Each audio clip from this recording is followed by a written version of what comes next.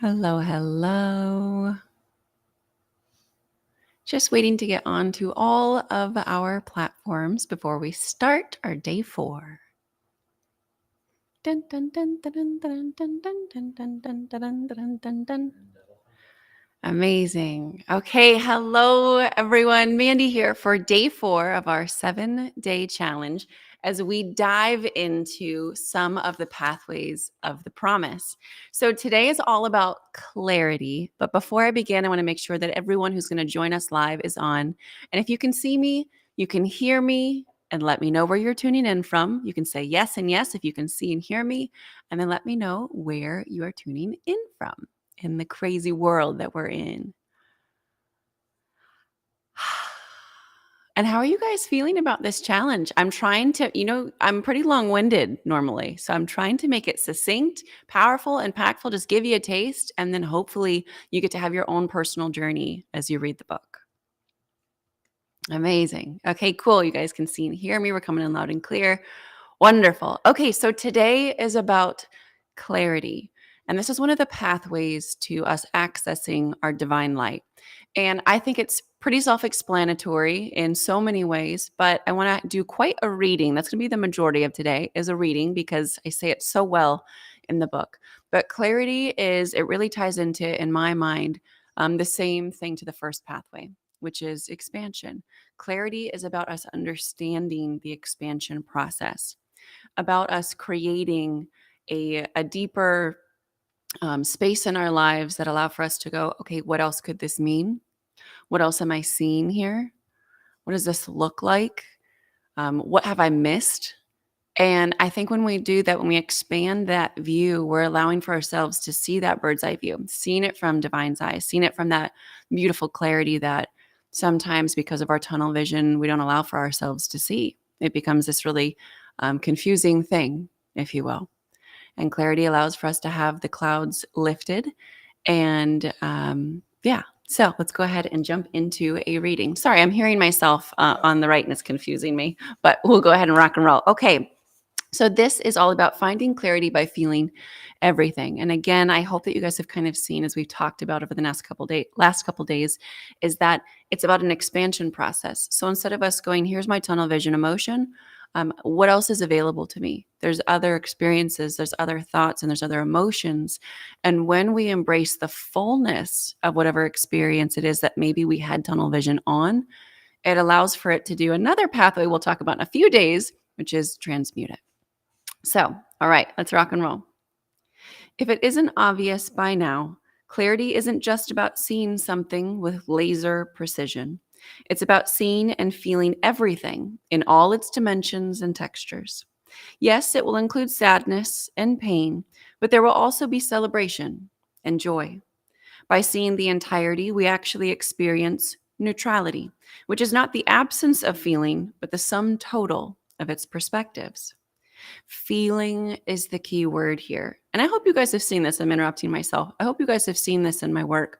We're all about emotions. Emotions are one of the most unbelievable things that can change our lives. If we can't emotionally regulate, we know how life looks from there. When we start to utilize emotions to our advantage, we can manifest incredible and beautiful things. But if emotions are seen as feedback, as juicy rewards of understanding, we can go deeper with them and we can actually help ourselves release the original emotions if they're ones that we don't like, and we can call forth ones that we do. All right. Anyway, so back to it. Feeling is the key word here, which isn't what most of us are taught to believe about clarity. For many of us, clarity means seeing things from an objective viewpoint.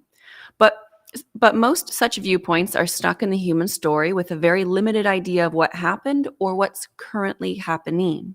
What's more, that story is often objective because it's devoid of feeling. It's not really possible to cut ourselves off from feeling. And my gosh, when we do, it's horrendous, right?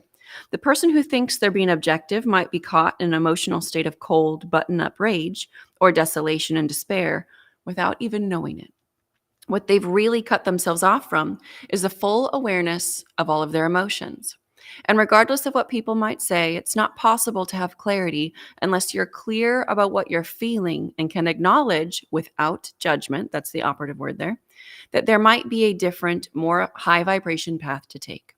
This isn't about putting on a smiley face and reaching for the idea of love and light, which is what you'll hear a lot of spiritual bypassers talk about, when really true love and light allows us to connect to all that is without judgment.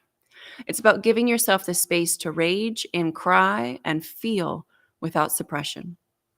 Emotion is a word that comes from the Latin word emovere, which translates to move out.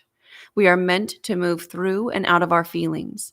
In fact, an emotion doesn't even stick around that long. It's like an ocean wave that crashes against the shore, powerful at first, but ultimately melting away into sea foam and wet sand. According to neuroscientist Jill Taylor, an emotion lasts just 90 seconds. After that, we're making a choice to travel down the same neural pathway through our thoughts and memories.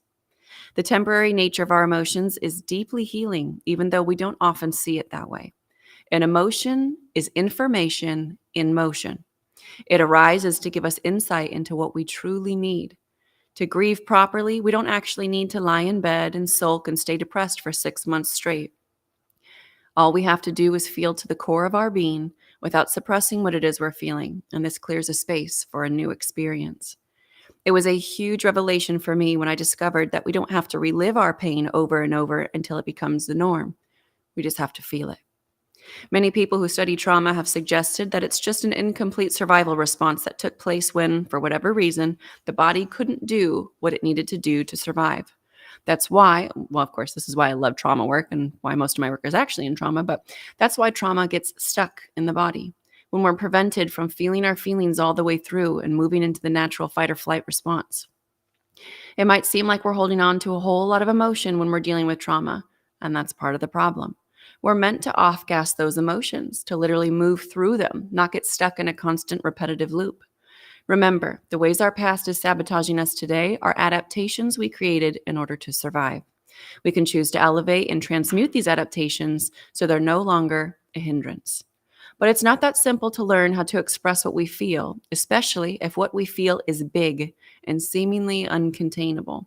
But we do ourselves a disservice by holding back. Why do we hold back to begin with?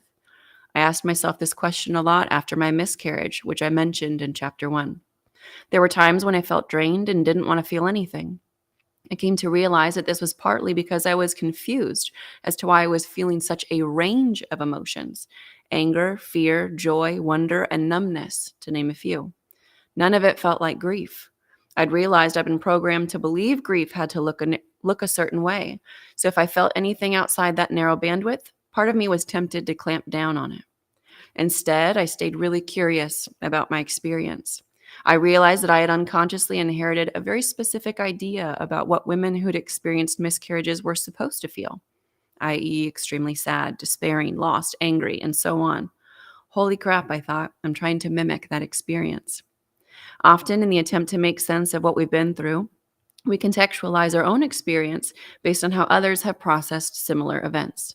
There's nothing wrong with this, but when it takes us away from our own authentic response, or when it causes us to feel that our way of responding isn't the right way, we lose clarity and disconnect from our own feelings, which are often far more complex than we think we're allowed to express.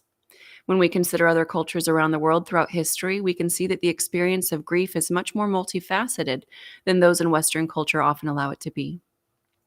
The human perception of death is extremely varied. For example, sometimes it's a full-scale celebration of the essence of the human being, which is quite different from mainstream ideas about what it means to be in mourning. When stigma around certain forms of grief gets seated in a culture, we begin to experience that as our own reality. This could be labeled as the collective consciousness or simply social learning, which can be inauthentic at times, even in something as precious as loss. So I think that you guys have known by now, and for many of you who are already reading the book, we kind of dance between a lot of really hard talks and hard concepts. And my intention is to reframe them so that anyone who has been stuck in a trauma or a loss or a pain or just a perception of life can access and truly gain that clarity.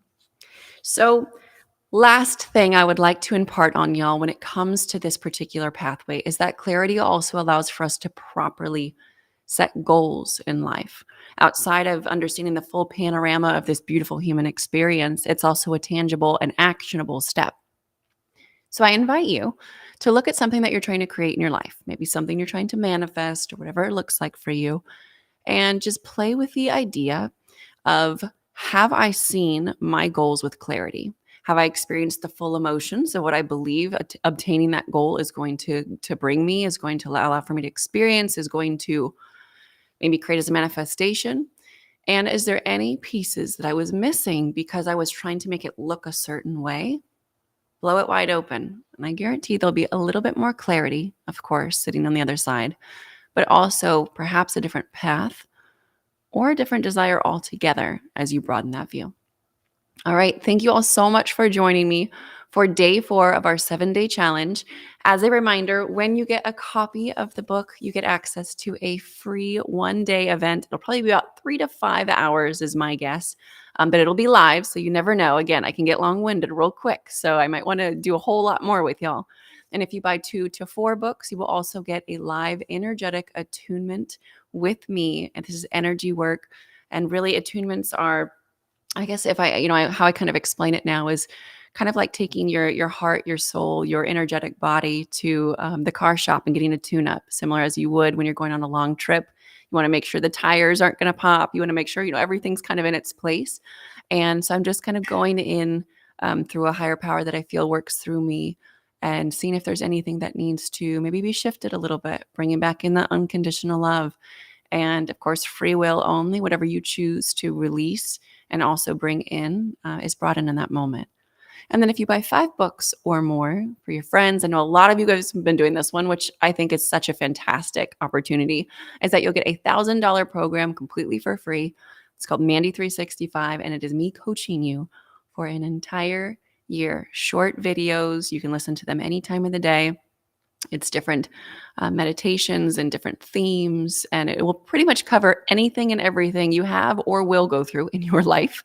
Imagine 365 days of different lessons and blessings and amazing concepts and things maybe you've never thought about, or just stuff that you're struggling with right now. So if you haven't yet, please join the Mandy Morris official book club. Once you get those books too, we do some really cool private readings where I stop and I elaborate on the books. You almost get like 5 books in one, just through me explaining the depths of what I was saying in the book as well. It's an amazing community of almost 10,000 souls who are growing with us. So I hope you will also join that group. You can go to discoverthepromise.com to make sure that you get access to all of those events and bonuses and amazing things. And again, thank you all for being a part of my purpose work as we spread the word and the movement of the promise. And in case no one's told you today, I love you.